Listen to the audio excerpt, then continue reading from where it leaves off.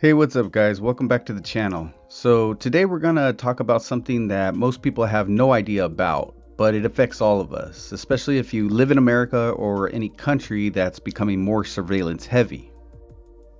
We're talking about something called backscatter vans. These vans can literally see inside your car and inside your home. Now I know a lot of you might be thinking, man, that sounds like some kind of sci-fi movie stuff, but I'm here to tell you it's real, it's happening, and it's been happening for longer than you think.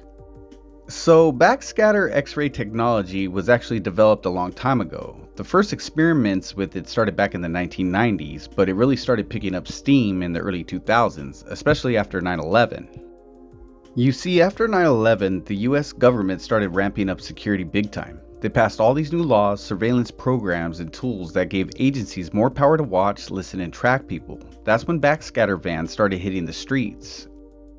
At first, they were used at the borders. Border Patrol wanting to stop drugs, weapons, or people being smuggled inside trucks. And at the time, people thought, okay, maybe that makes sense. But slowly but surely, these vans started showing up in cities. They started scanning cars in parking lots. They started scanning vehicles in large events, at protests, and busy intersections. And guess what? Most of these people didn't even know they were being scanned. So how does it work, you ask? Well, backscatter X-ray works a little differently than what you see at the doctor or dentist. Those X-rays go through you and create an image on the other side. But backscatter X-rays, they bounce back. They scatter when they hit something, and that returning scatter creates an image. So who's using these backscatter vans, you ask? Well, the police departments in big cities like New York, Los Angeles, and Chicago started using them first. They claimed it was to fight terrorism, stop drug trafficking, or catch big criminals. But here's where it gets dark. Other rogue groups have access to this technology as well. Some of these groups work with certain private security contractors and some with private investigators. Now, you might be wondering, okay, they can see inside my car, but can they see inside my house? Well, yes. In theory, backscatter is designed for vehicles and containers, but the reality is, if they park close enough to a window, some of that scatter can reveal shapes inside. They might not see a perfect movie-level image like in Hollywood, but they can definitely see outlines, heat signatures, and detect objects. In other words, if they want to get a sense of what's happening inside, they can. So you might ask, aren't there laws against this?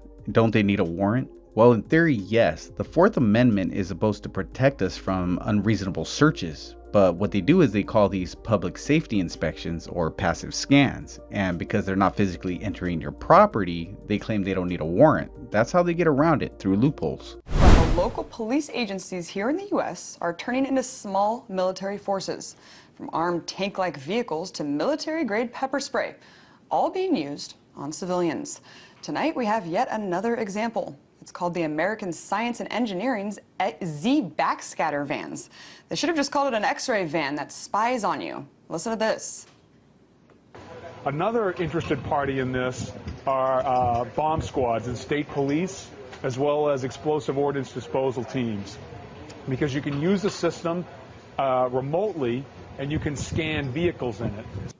Now, sure, I understand the need to check for explosives, but do you really trust law enforcement enough to use the device only in an emergency? Now, I can totally see this mobile X-ray machine being driven around, scanning passing cars and trucks for just about anything. And what does this say about our civil liberties? So you might be wondering, how do I even know if there's a backscatter van in my area? Well, they're designed to be sneaky. Most of them look like delivery vans. They're usually white with no logos. They might have tinted windows, big boxy antennas on top, or weird little panels on the sides. You might see them parked near protest or large public events, or even in quiet suburban neighborhoods. If you see the same van circling around, parking for long periods of time, or if it looks a little too plain and out of place, that could be a clue. So why aren't more people talking about this? Well, the main reason, most people just don't know. The media doesn't talk about it, and if they do, they brush it off as necessary security. Meanwhile, your privacy is being stripped away day by day.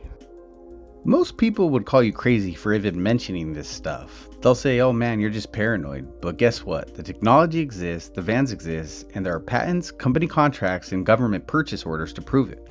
From the outside, you might mistake this van for a bread truck, but inside you'll find a high-tech X-ray machine called the Backscatter.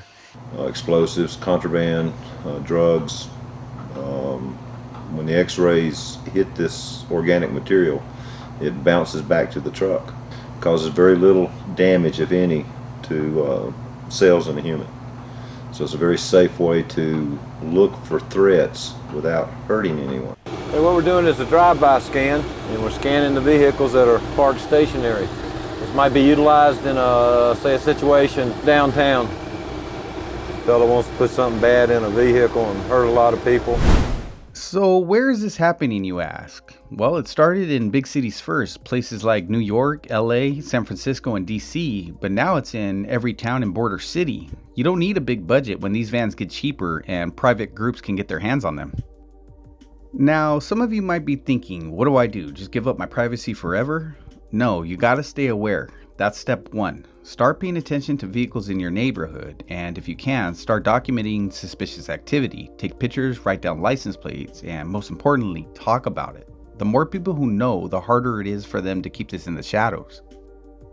I don't make these videos to scare anyone. I make them to inform you about the type of technology that's being used on us today. My goal is to help you understand what's really going on so you can stay aware, protect yourself, and make better decisions.